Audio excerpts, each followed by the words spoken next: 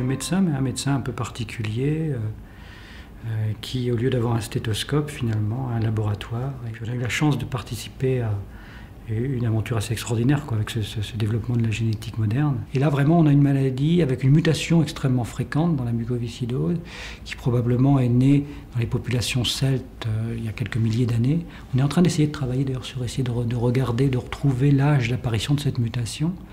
Et puis, ces Celtes qui ont eu cela quelque part dans leur héritage ont été repoussés en Bretagne, en Irlande. C'est-à-dire que finalement on s'est mariés entre nous. Forcément dans les maladies récessives, lorsqu'il y a une consanguinité un peu importante, eh bien, ces maladies ressortent. Et il faut savoir quand même qu'il y a une personne sur 25 qui est porteuse de la mutation en Bretagne, ce qui est considérable finalement.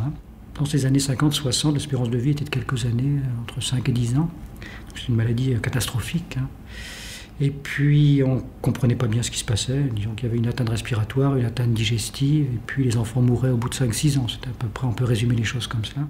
On a changé de monde quand même. On a découvert les gènes, on a compris ce qui se passait, on a un diagnostic précis, on a des premiers traitements spécifiques qui arrivent, qui permettent de corriger la protéine, qui permettent d'essayer de corriger le gène. Enfin, on a vraiment vécu là une période enthousiasmante. On a cette chance en Bretagne, ça ne pourrait probablement pas être fait dans une grande ville, de pouvoir connaître précisément chaque famille, chaque naissance, de pouvoir suivre les gens.